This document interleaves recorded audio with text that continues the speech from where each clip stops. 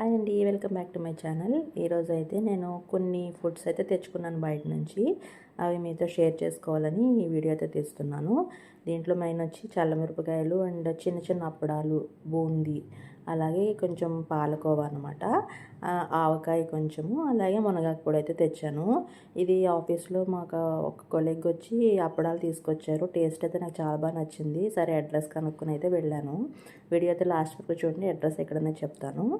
ఇంకా ఇవి ట్రై చేద్దామని చెప్పి రైస్లో కొంచెం నెయ్యి వేసుకుని మునగాకు పొడి అయితే ట్రై చేశాను.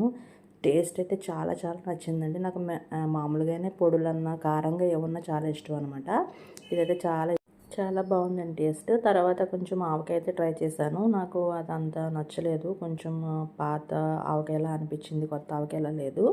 దాని తర్వాత నేను ఇంట్లో సాంబార్ చేసుకున్నా. దాంట్లోకి ఇంకా మిరపకాయలు కూడా వేయించుకుని అవి కూడా టేస్ట్ చేశాను.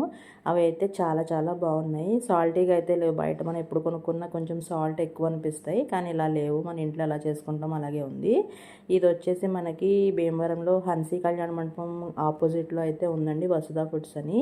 వీళ్ళు మామూలుగా ఆర్డర్ మీద కూడా తీసుకుంటారంటే ఇంట్రెస్ట్ ఉన్న వాళ్ళైతే వెళ్ళండి. ఇదండి ఈరోజు వీడియో. బాయ్.